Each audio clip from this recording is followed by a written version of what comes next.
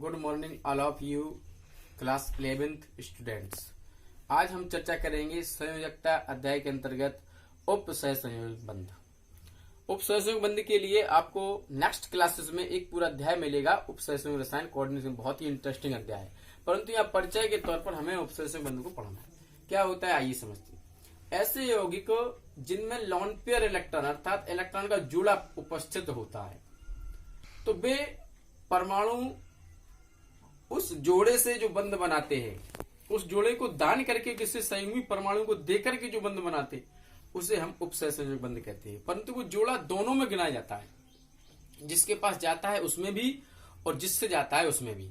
इस बंध को एक तीर द्वारा प्रदर्शित करते हैं। यह बंध एक उप सहसंयोजक बंध की कैटेगरी के अंतर्गत आता है, परंतु इसमें आयनिक लक्षण सहसंयोजक बंध से अधिक होता है और आयनिक बंध से कम होता है। ठीक है, यानी कि इसमें एक इलेक्ट्रॉन युग्म दाता परमाणु होता है, दूसरा इलेक्ट्रॉन युग्म ग्राही परमाणु होता है। यहाँ कुछ तत्व ही होते हैं जो इस उपसर्जक बंध को बनाते हैं।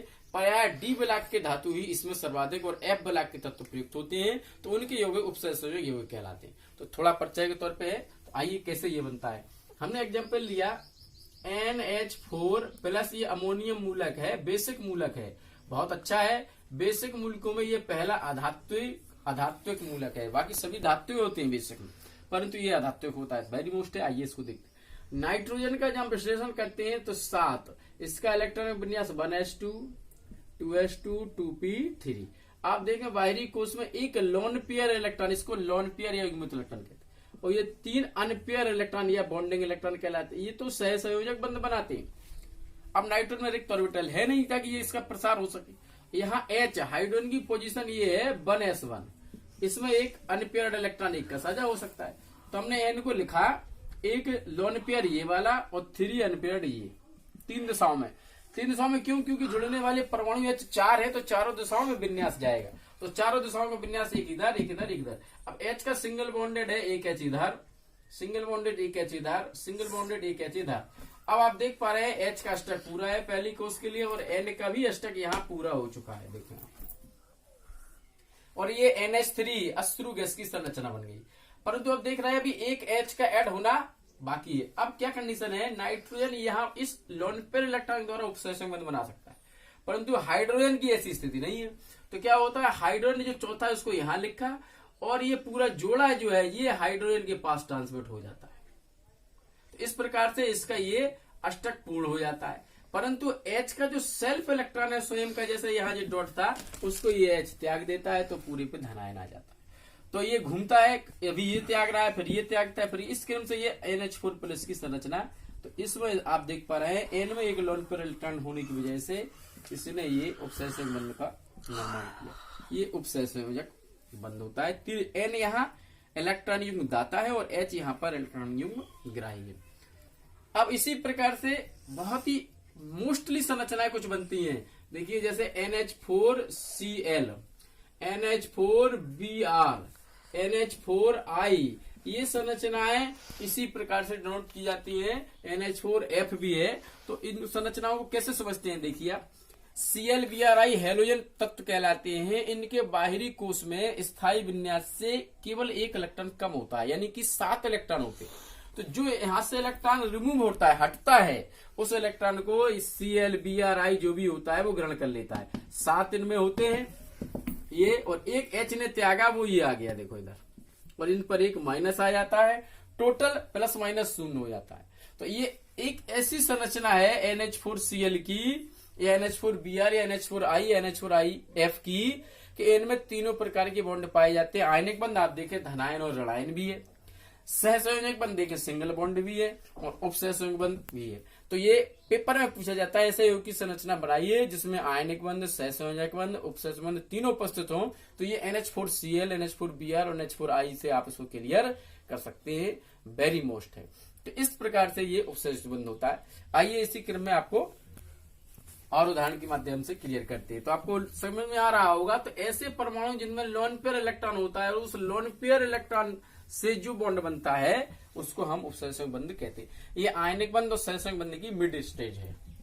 जैसे AlCl3,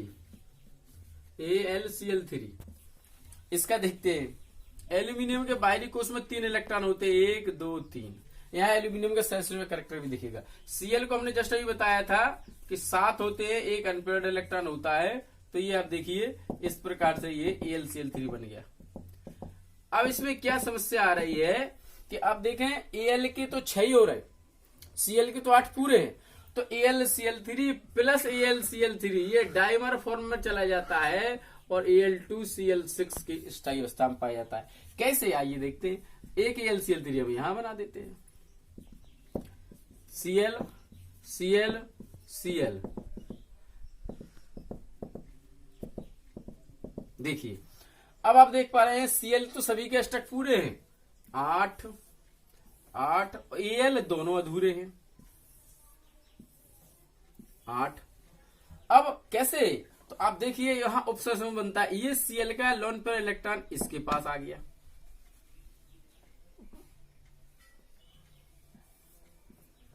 और इस Cl का लोन पेयर इलेक्ट्रॉन इसके पास पहुंच गया और दोनों ऐड हो गए। इस प्रकार से अब एल्यूमिनियम का भी अष्टक पूर्ण हो गया, एल्यूमिनियम का भी अष्टक। तो आप देख पा रहे हैं यहां पर एल्यूमिनियम जो है आपको सहसंयोजक और उप सहसंयोजक दोनों फॉर्मेशन में दिखाई दे रहा है। Cl के 3 परमाणुओं के साथ एक सहसंयोग बंध में है और 1 परमाणु के साथ उप सहसंयोग बंध में है। तो AlCl3 में भी एल्यूमिनियम Cl के पास इसमें 2 प्रकार के बॉन्ड है, Cl और AlCl के मध्य सहसंयोजक और AlCl के मध्य उप सहसंयोजक। तो इस प्रकार से ये आपका उप सहसंयोजक बंध होता है। तो एक बार क्लियर करेंगे, ऐसे यौगिक जिनमें एक परमाणु इलेक्ट्रॉन युग्म या लोन पर इलेक्ट्रॉन को दूसरे परमाणु को दान करके जो बॉन्ड बनाता है उसे उपसहसंयोजक बंध कहते हैं। दाता परमाणु जो होता है उसको एक तीर से प्रदर्शित करते हैं, दाता परमाणु से तीर ग्राही परमाणु की ओर जाता है, और ये आयनिक बंध से और सहसंयोजक बंध की मध्य की अवस्था है, यानी परंतु इसमें सहसंयोजक गुण की प्रधानता होती है। ठीक है, तो इसके यौगिक जो है विद्युत के कुचालक होते हैं, आयनिक यौगिकों से कम कठोर होते हैं, दिशात्मक होते हैं, और जल में घुलने पर ये भी विद्युत धारा का प्रवाह आंशिक रूप से करते हैं। तो ये हमारे तीनों प्रकार के बंध हुए। पहला आयनिक बंध, दूसरा सहसंयोजक बंध जिसके अंतर्गत ध्रुवीय और अध्रुवीय बंध, और ये तीसरा उप सहसंयोजक बंध। तो ये हमारे वैरायटी है। अब और उसी में हमने आपको अष्टक का बात बताया, प्रसार बताया, और अगले टॉपिक पर इसी प्रकार धीरे धीरे अपने ऑनलाइन शिक्षण को आगे बढ़ाएंगे। तो हमारा निवेदन है सभी भैया है जिन्होंने इस वर्ष हाई स्कूल परीक्षा उत्तीर्ण की है, विद्यालय आकर के अपना फर्स्ट ईयर के लिए रजिस्ट्रेशन कराएं और इस ऑनलाइन शिक्षण के माध्यम से अपनी शैक्षिक प्रक्रिया को सतत बनाए रखें।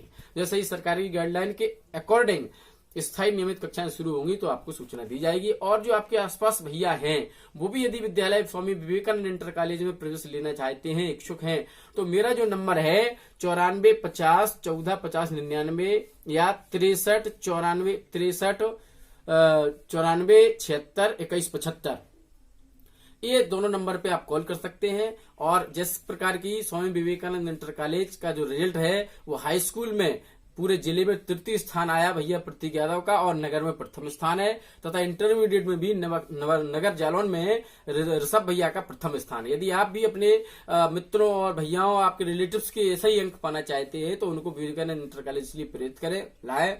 और हमारा ये नंबर है 9450 14 50 99 पर कभी भी आप कॉल कर सकते हैं, जानकारी ले सकते हैं। रजिस्ट्रेशन प्रारंभ हो गए हैं।